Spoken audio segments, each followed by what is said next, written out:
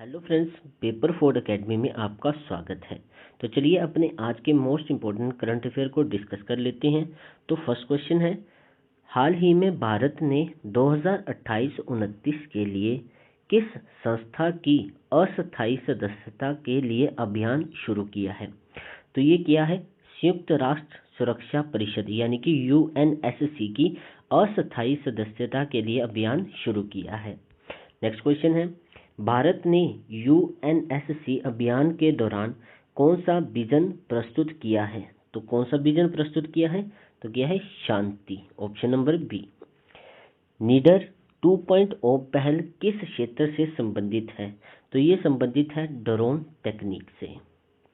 नीडर 2.0 को किस मंत्रालय ने लॉन्च किया है? तो इसे लॉन्च किया है इलेक्ट्रॉनिक्स एवं सूचना प्रौद्योगिकी मंत्रालय ने। भारतीय मूल के नासा अंतरिक्ष यात्री अनिल मेनन किस मिशन के लिए चर्चा में हैं? ये चर्चा में है अंतर्राष्ट्रीय अंतरिक्ष स्टेशन मिशन के लिए यानी कि आईएसएस के लिए। ब्रिक्स श्रम मंत्रियों की बैठक 2026 का आयोजन किस शहर में होगा? तो ये होगा हैदराबाद में।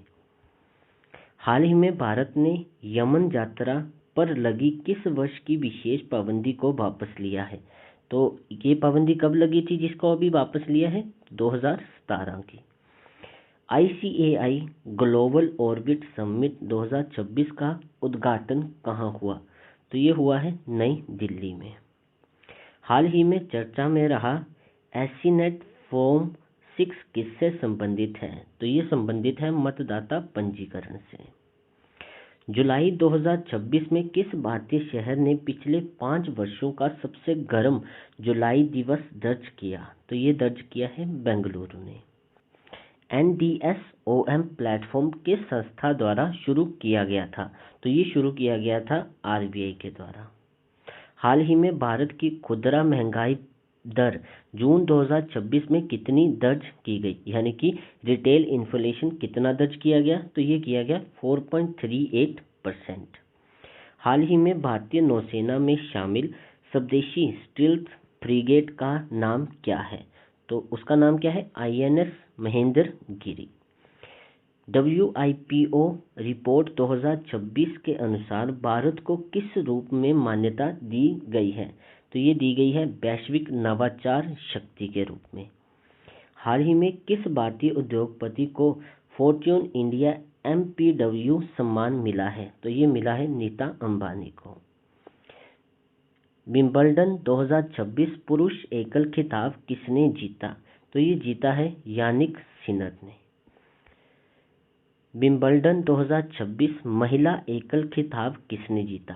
तो ये जीता है लिंडा नोस्कोवा ने। हाल ही में किस राज्य ने 2.85 लाख करोड़ का बजट प्रस्तुत किया है? तो किसने किया है इतने करोड़ का बजट पेश? तो ये किया है असम की सरकार ने। उत्तर प्रदेश सरकार ने अयोध्या के बदरसा नगर का नया नाम क्या रखा है? तो नए नगर का नाम रखा है Bharat Nagar. PM Svanidhi street food hub initiative के लिए जम्मू कश्मीर के किस स्थान का चयन किया गया है? तो ये चयन किया गया है हमारे लखनपुर का। हाल ही में भारत ने किस देश के साथ हरित ऊर्जा सहयोग समझौते पर हस्ताक्षर किए हैं?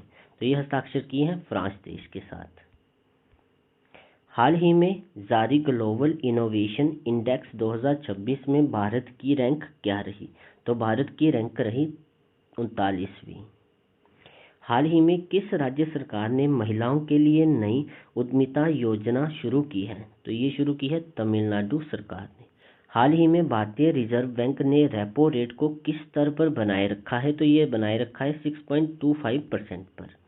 हाल ही में किस भारतीय शहर को राष्ट्रीय स्वच्छ वायु शहर पुरस्कार मिला है? तो ये मिला है इंदौर शहर को। हाल ही में भारत के किस राज्य ने पहली AI आधारित कृषि सलाह सेवा शुरू की है? तो ये शुरू की है सेवा हमारे कर्नाटक राज्य ने। हाल ही में किस देश ने ब्रिक्स समूह में पूर्ण सदस्यता प्राप्त की है? तो अभी हाल ही में ब्रिक्स की पूर्ण सदस्यता मिली है इंडोनेशिया को। हाल ही में किस भारतीय खिलाड़ी ने एशियाई एथलेटिक 2026 में स्वर्ण पदक जीता है? तो ये जीता है नीरज चोपड़ा ने।